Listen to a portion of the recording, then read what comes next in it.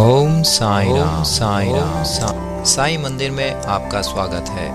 साईं बाबा के परम आशीर्वाद से आपके सम्मुख लेकर आए हैं हिंदी भाषा में साईं सचरित्र। हम आशा करते हैं कि बाबा की दया दृष्टि हम सभी पर बनी रहे और उनका स्नेह हम सबको प्राप्त होता रहे। ओम साई राम साई राम। अध्याय 20 श्री काका साहेब की नौकरानी द्वारा श्री दास गणु की समस्या का विलक्षण समाधान।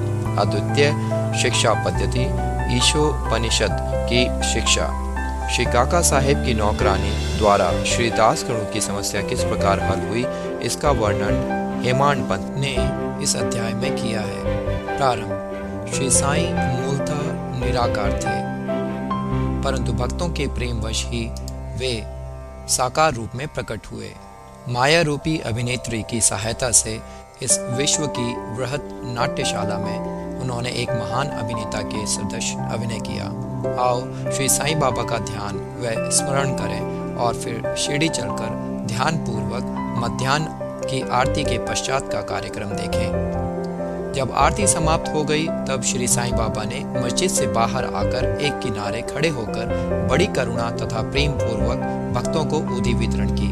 भक्तगण भी उनके समक्ष खड़े होकर उनकी ओर निहार कर चरण छूते और ऊदी वृष्टि का आनंद लेते थे। बाबा दोनों हाथों से भक्तों को ऊदी देते और अपने हाथ से उनके मस्तक पर ऊदी का टीका लगाते थे। बाबा के हृदय में भक्तों के प्रति असीम प्रेम था। वे भक्तों को प्रेम से संबोधित करते, ओ भाऊ अब जाओ भोजन करो, अन्ना तुम भी अपने घर जाओ, बापू तू भी जा और भोजन कर। इसी प्रकार वे प्रत्येक भक्त से संभाषण करते और उन्हें घर लौटाया करते थे। आहा क्या दिन थे वे, जो अस्त हुए तो ऐसे हुए कि फिर इस जीवन में कभी ना मिले। यदि तुम कल्पना करो तो अभी भी उस आनंद का अनुभव कर सकते हो। अब हम साईं की आनंदमयी मूर्ति का ध्यान कर नम्रता, प्रेम और आदर पूर्वक उनकी चरण वंदना कर इस अध्याय की कथा आरंभ करते हैं। ईशोपनिषद। एक समय श्री दास गणु ने ईशोपनिषद पर टीका यानी ईशावास्य भावार्थ बोधनी लिखना प्रारंभ किया। वर्णन करने से पूर्व इस उपनिषद का संक्षिप्त परिचय भी देना आवश्यक है। इसमें वैदिक संहिता के मंत्रों का समावेश होने के कारण इसे मंत्रोपनिषद भी कहते हैं और साथ ही इसमें यजुर्वेद के अंतिम यानी 40वें अध्याय का अंश सम्मिलित होने के कारण यह वाजसनेयी यानी यजु संहितोपनिषद के नाम से भी प्रसिद्ध है। वैदिक संहिता का समावेश होने के कारण इसे उन अन्य उपनिषदों की अपेक्षा श्रेष्ठतर माना जाता है, जो कि ब्राह्मण और आरण्यक अर्थात मंत्र और धर्म इन विषयों के विवरणात्मक ग्रंथ की कोटि में आते हैं।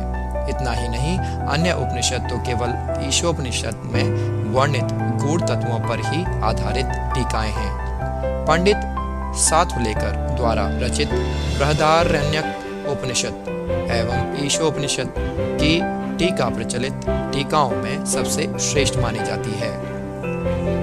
Professor R.D. रानाडे का कथन है कि ईशोपनिषद एक लघु उपनिषद होते हुए भी उसमें अनेक विषयों का समावेश है, जो एक असाधारण अंतर्दृष्टि प्रदान करता है।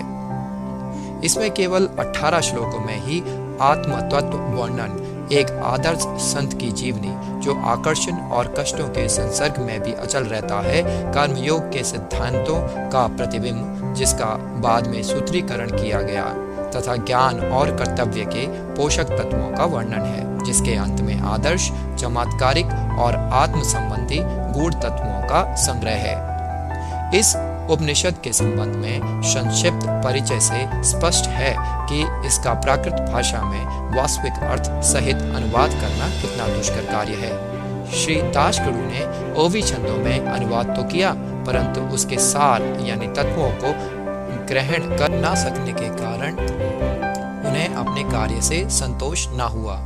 इस प्रकार असंतुष्ट होकर उन्होंने कई अन्य विद्वानों से शंका निवारणार्थ परामर्श और वाद विवाद भी अधिक किया, परंतु समस्या पूर्ववत जटिल ही बनी रही और संतोषजनक अर्थ करने में कोई भी सफल न हो सका।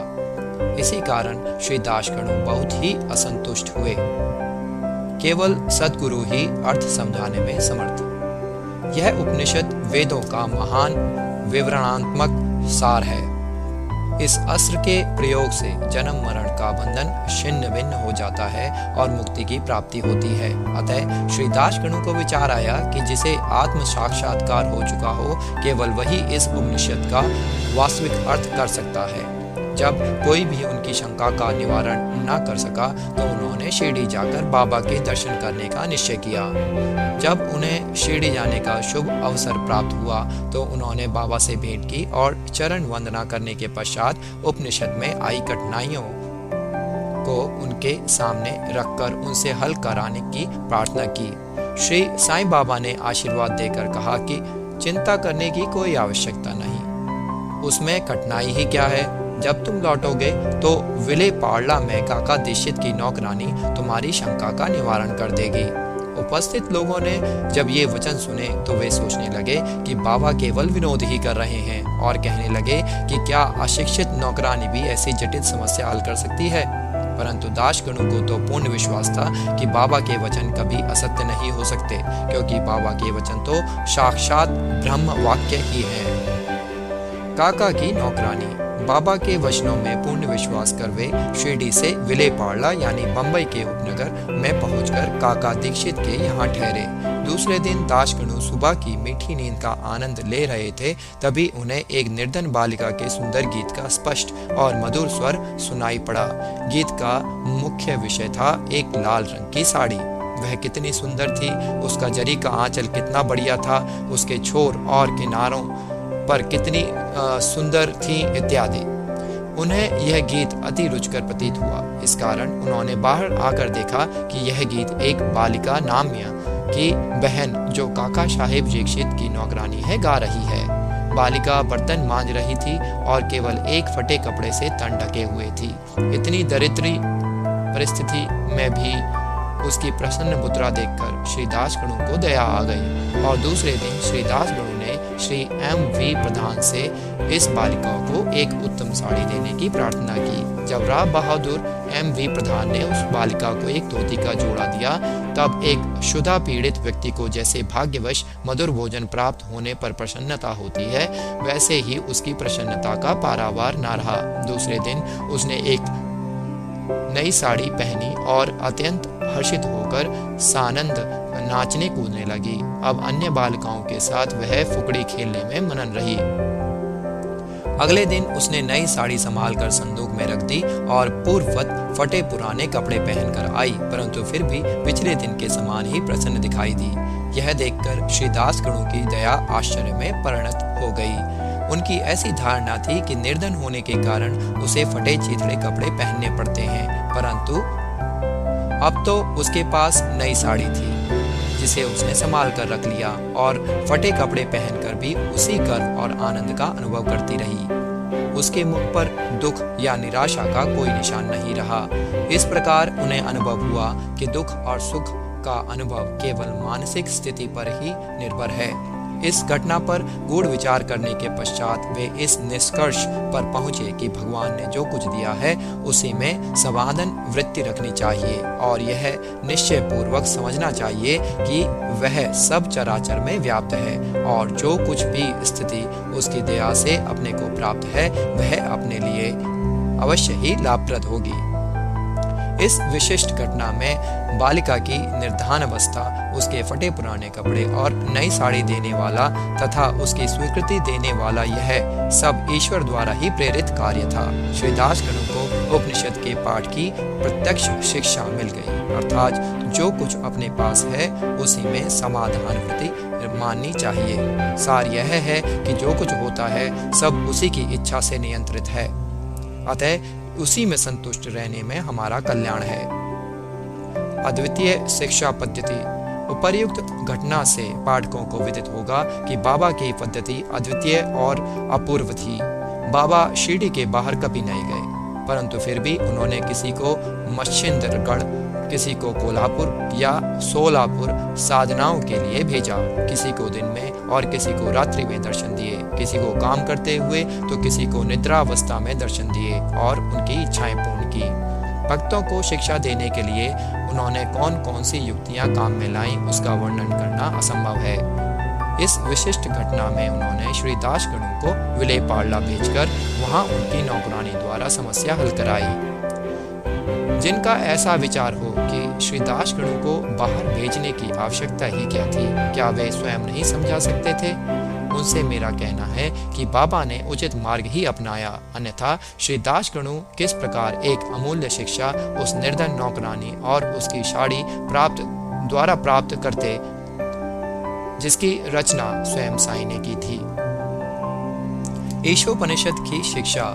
ईशोपनिषद की मुख्य देन नीति शास्त्र संबंधी उपदेश है। हर्ष की बात है कि इस उपनिषद की नीति निश्चित रूप से आध्यात्मिक विषयों पर आधारित है, जिसका उसमें वृहत रूप से वर्णन किया गया है। उपनिषद का प्रारंभ ही यहीं से होता है कि समस्त वस्तुएं ईश्वर से ओतप्रोत हैं। यह आत्म विषयक स्थिति का भी एक उप सिद्धांत है और जो नीति संबंधी उपदेश उससे ग्रहण करने योग्य है वह यह है कि जो कुछ ईश्वर कृपा से प्राप्त है उसमें ही आनंद मनाना चाहिए और दृढ़ भावना रखनी चाहिए कि ईश्वर ही सर्वशक्तिमान है और इसलिए जो कुछ उसने दिया है वही हमारे लिए उपयुक्त है। यह भी उसमें प्राकृतिक रूप से वर्णित है कि पराय धन की तृष्णा की प्रवृत्ति को रोकना चाहिए। सारांश यह है कि अपने पास जो कुछ है उसी में संतुष्ट रहना, क्योंकि यही ईश्वर इच्छा है। चरित्र संबंधी द्वितीय उपदेश यह है कि कर्तव्य को ईश्वर इच्छा समझते हुए जीवन व्यतीत करना चाहिए, विशेषतः उन कर्मों को जिनको शास्त्र में वर्णित किया गया है। इस विषय में उपनिषद का कहना है कि आलस्य से आत्मा का पतन हो जाता है और इस प्रकार निरपेक्ष कर्म करते हुए जीवन व्यतीत करने वाला ही अकर्मण्यता के आदर्श को प्राप्त कर सकता है। अंत में कहा है कि जो सब प्राणियों को अपना ही आत्मस्वरूप समझता है तथा जिसे समस्त प्राणी और पदार्थ आत्मस्वरूप हो चुके हैं, उसे मोह कैसे उत्पन्न हो सकता है? ऐसे व्यक्ति को दुख का कोई कारण नहीं हो सकता। सर्वभूतों में आत्मदर्शन न कर सकने के कारण भिन्न भिन्न प्रकार के शोक, मोह और दुखों की वृद्धि होती है।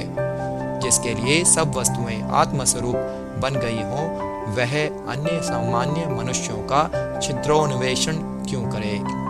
श्री सद्गुरु साईनाथार्पणमस्तु। शुभम भवतु।